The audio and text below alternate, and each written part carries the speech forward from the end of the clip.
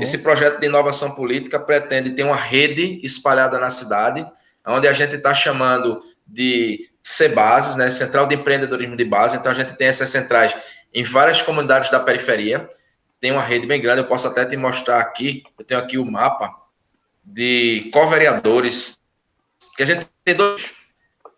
Nós temos o co-vereador segmentado em geolocalidades, né? E nós temos os co-vereadores temáticos, que são da educação, da cultura, ainda não tem ninguém de inovação, ciência e tecnologia, mas tem de outras coisas, né? Então, são vereadores, co-vereadores temáticos e co-vereadores regionais, que a gente está trabalhando numa rede de 100 lideranças, são 100 líderes espalhados na cidade, numa rede integrada num sistema que a gente está construindo. A gente quer ter um aplicativo voltado para a participação direta da sociedade no mandato coletivo e colaborativo. Deixa eu abrir só aqui mais algumas coisas aqui do mapa para te mostrar, para falar melhor aqui desse mapa para você. Vou falar nem das comunidades acadêmicas agora. Aqui as comunidades. Pronto. Então, veja só. Vou mostrar aqui. Então, cada área dessa aqui, ó, ele tem...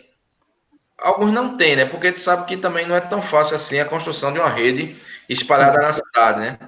Mas a gente está dividindo as comunidades em áreas de 1 quilômetro quadrado e a gente tem co-vereadores, esses pontos laranjas. Vou deixar só os pontos laranjas. Vou pegar aqui no deles.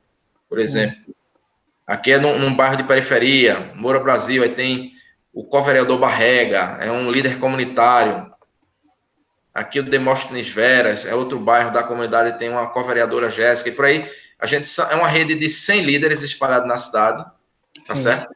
Onde a gente tem exatamente esse tipo de co-vereador, que é o co-vereador, digamos assim, de uma localidade que faz um trabalho geolocalizado, né, que é um trabalhador, que é uma liderança local. Então ele olha os problemas da comunidade, as soluções da comunidade, do bairro, da comunidade, nem sempre são bairros, às vezes são comunidades, e os vereadores que são temáticos, né, segmentados, isso tudo está linkado, deixa eu voltar aqui, com a lei orçamentária do município, né? Então, qual é a ideia? A ideia é que a gente, a LOA, a lei orçamentária anual e o plano plurianual e todas essas peças orçamentárias, elas estão divididas em eixos estratégicos e em políticas públicas segmentadas.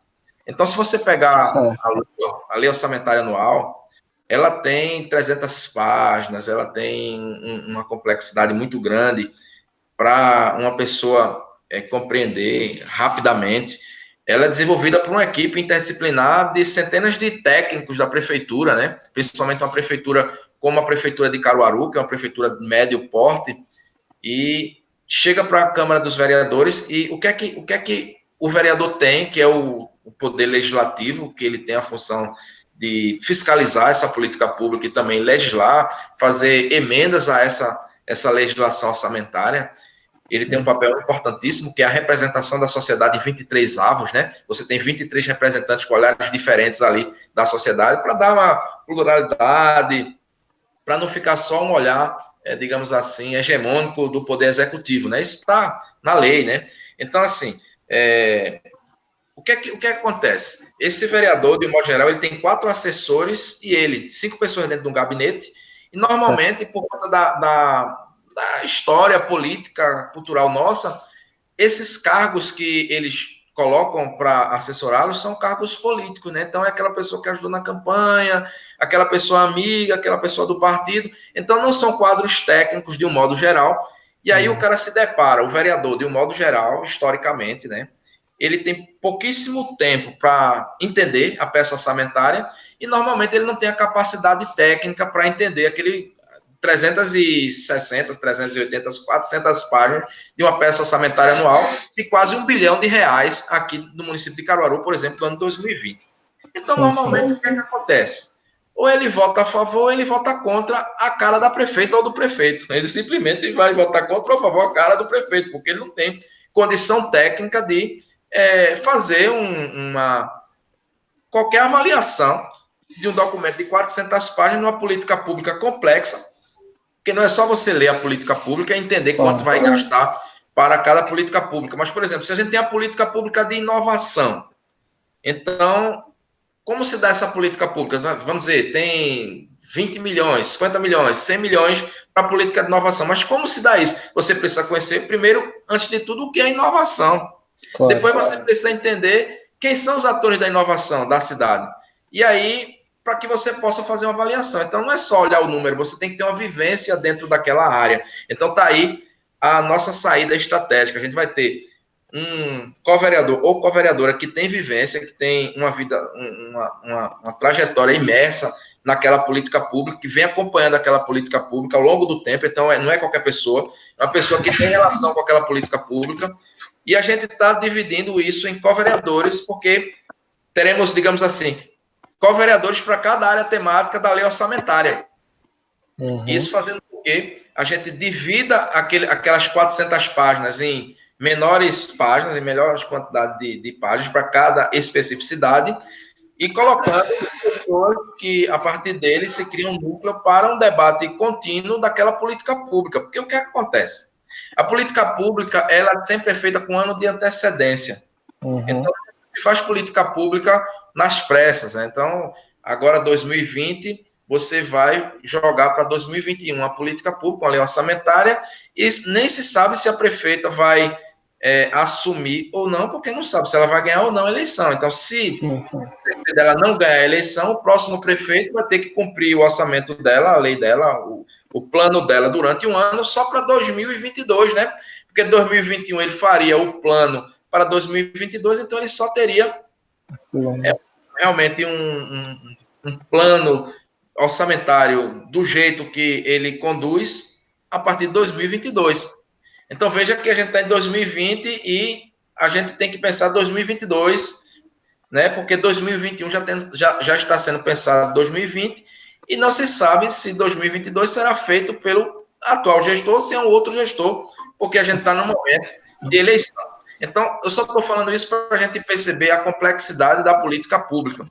E, assim, diante da complexidade, a impossibilidade do vereador, nesse modelo de gestão atual, atuar. Então, a gente tem 3 poderes, o executivo, o legislativo e o judiciário, no município também, e, de certa forma, o poder legislativo ele fica inviabilizado porque ele não tem a capacitação e a expertise e não tem a condição de exercer plenamente a sua função, porque não tem a mínima condição dele com esse formato de 4 assessores, e ele, muitas vezes, vindo oriundo de determinados segmentos da sociedade que não consegue compreender a complexidade de uma política pública de um município de 400 mil habitantes. Então, para finalizar, a gente esse orçamento público e, a partir daí, a gente cria uma rede de 100 lideranças, onde a gente tem 2 dimensões, são 100 líderes. E é uma construção suprapartidária também. Vai ser feita pelo PSB, que é o partido do atual governador, mas a gente tem dialogado com outras forças, gente do PT, gente do PCdoB, gente do PDT, gente de outros partidos, gente sem partido, dos movimentos sociais, enfim. Então, são 100 lideranças, para finalizar, são 100 lideranças, onde a gente tem lideranças geolocalizadas, que são líderes comunitários, líderes de área, e outra parte são lideranças segmentadas, voltadas às temáticas das políticas públicas do âmbito municipal. Então, a educação, saúde, enfim, cultura, enfim, todas as outras políticas que a gente vai conseguindo elencar. Bom, a gente não consegue cobrir 100% do orçamento público, né, da LOA, porque a gente não tem essa rede toda, porque realmente é uma política complexa, uma cidade de 400 mil habitantes, mas a ideia é que a gente acompanhe da melhor forma possível essa política pública para realmente a gente fazer com que a gente tenha um mandato que possa fazer essas 2 competências. Inserir nas leis orçamentárias propostas que venham a contribuir com o desenvolvimento da sociedade. Então, a ideia é que a gente possa contribuir apresentando soluções, porque a gente vai estar acompanhando as políticas públicas, então a gente vai ter projetos de inclusão no orçamento público realmente pertinentes e que sejam demandados pela sociedade exatamente dentro daquela área específica. Então, não é uma visão generalista, é uma visão específica, particular. Então, vai ser contribuições realmente voltadas ao interesse público e ao desenvolvimento da sociedade, não é uma coisa em particular, o interesse, digamos, mesquinho de um determinado setor de uma pessoa, mas o interesse de um determinado grupo da sociedade que está imerso numa política pública, né? Então, e a outra é fiscalizar, né? Para que as coisas aconteçam da melhor maneira possível. Não consigo compreender alguém que não entende de educação fiscalizar a educação. Alguém que não entende de inovação fiscalizar a inovação. Como é que alguém vai fiscalizar a política pública de inovação se o cara não sabe nem o que é inovação? Então, o número ele é muito frio. A gente precisa, além de compreender a dimensão do número exato, mas também as nuances da política pública, se realmente aquele número condiz à realidade, se é suficiente, se é insuficiente. Ou seja, então a gente parte para a inovação na política através de uma rede, e aí a gente quer gerenciar isso com um aplicativo e que busque a participação direta da sociedade na contribuição do desenvolvimento. Então, essa é a proposta da bancada cidadã. O Celso faz Uma coisa que eu percebo, Miguel, é que tu falou muito bem, é que assim, muitas ações e estratégicas de políticas públicas, elas não são específicas. Um exemplo, uma estratégia de uma secretaria X que funciona em Recife, e essa mesma estratégia for aplicada em Caruaru, em Bezerros, enfim, em qualquer outra cidade que não tem o mesmo cenário econômico, o mesmo cenário em diversas áreas, não vai funcionar. E aí, se eu dou um exemplo de uma estratégia de política pública voltada para inovação mesmo, qualquer alteração de cenário, aquela estratégia ela não faz mais sentido, ela não tem a mesma taxa de assertividade que em outro cenário. Então, se eu dou um exemplo, as ações de forma... Pronto, um exemplo perfeito, o exemplo da Rota TIC, que é a Rota de Tecnologia e Inovação para o interior de Pernambuco. A gente tem um cenário aí de 19 cidades só na 232, que a cada cidade uma ação de inovação, de tecnologia, de empreendedorismo, ela vai ser vista, ela vai ser aceita e ela vai ser aplicada de forma totalmente diferente. Agora, se isso no olhar mais macro, né? Se a gente puxa para Caruaru, ainda tem uma outra questão, que são cada cidade, cada bairro tem uma realidade diferente também. Então é muito importante assim, ter esse olhar de que entender que o que funciona na cidade A, B ou C, na região X ou Y, não quer dizer que vai funcionar em Caruaru. Eu acho que é uma estratégia muito, muito boa essa, muito boa mesmo. Tá. Deixa eu abrir o microfone aqui, estava falando sem o microfone, mas muito bacana sua consideração. Realmente eu digo o seguinte, que a gente pode ser especialista em comunicação, por exemplo, eu tenho essa expertise, mas o especialista na vida cotidiana do bairro Moura Brasil é o líder comunitário de lá. Então ele é quem sabe a realidade dele lá. Então por isso que a gente tem duas dimensões que a gente está aliando, a tecnicidade e a política, né? Porque, assim, a gente tem o especialista na educação, por exemplo, Celso é um cara da área da educação, é um professor da área da educação. Então, ele é um co-vereador especialista nessa área. Mas ele não consegue ser especialista lá do bairro Moura Brasil, que é uma comunidade de periferia, ou mesmo de uma ocupação que é ainda com problemas mais graves e diferentes de uma comunidade mais organizada.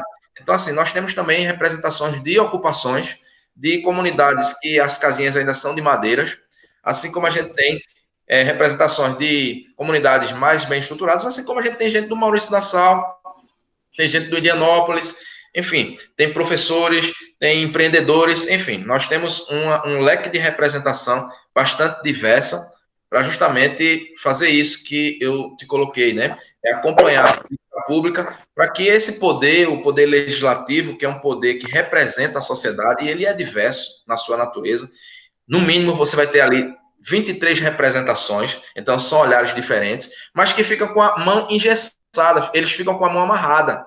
Por quê? Porque eles não têm a estrutura para desenvolver a sua ação, a sua missão institucional.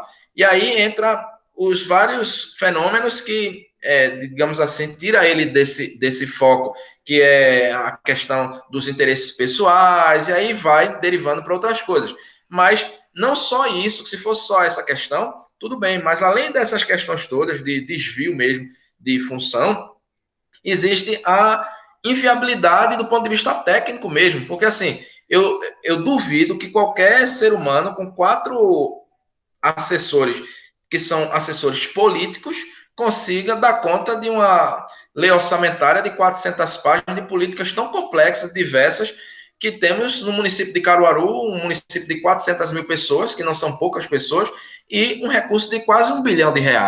Então, é inviável a ação desse poder por conta dessa limitação. Você tem, por um lado, uma prefeitura que tem uma equipe enorme, com quase 10 mil servidores, já teve época de ter 20 mil servidores, aí você tem técnicos, tem pessoas capacitadas à disposição da prefeitura para desenvolver uma política pública, e você tem o poder legislativo sem essa estruturação, sem essa capacidade operacional técnica de acompanhar isso que é a missão institucional do poder legislativo, né? Então, assim, como é que o cara vai fiscalizar ele com 4 pessoas, 4 assessores, digamos assim, um recurso na ordem de R$1 bilhão, com políticas públicas específicas que precisa conhecimento específico para que você possa, pelo menos, ter uma avaliação sensata, né? Para você ter uma avaliação sensata de uma determinada dimensão da política pública, como, por exemplo, a inovação, não basta ser vereador, precisa ter realmente conhecimento técnico para poder avaliar se está faltando recurso, se o recurso está sendo bem aplicado,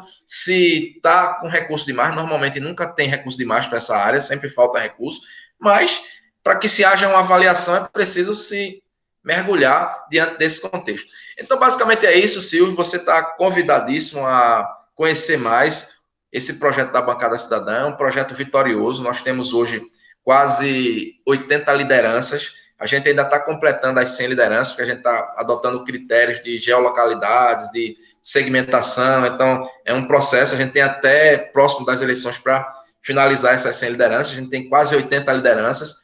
Então, se minimamente essas lideranças conseguirem aí 50, 100 votos, a gente vai ter uma expressiva votação e a gente vai ser um projeto extremamente exitoso na cidade. Eu não tenho dúvida, né, que isso vai acontecer muito pelo desprendimento das pessoas de se colocarem num projeto coletivo, colaborativo. Então, não é um projeto pessoal, não é um projeto voltado a um determinado grupo em específico, mas é um projeto voltado para uma diversidade de atores que buscam o empoderamento de suas ações estratégicas nas comunidades. São organizações populares, são organizações produtivas, são lideranças de bairros, lideranças acadêmicas, professores, enfim, uma série de pessoas da área da saúde, da área da cultura, que estão se mobilizando nessa perspectiva, talvez até pelo imperativo do tempo mesmo, né? A gente tem hoje um momento onde as novas tecnologias estão aí se instituindo com muita força, então a participação direta,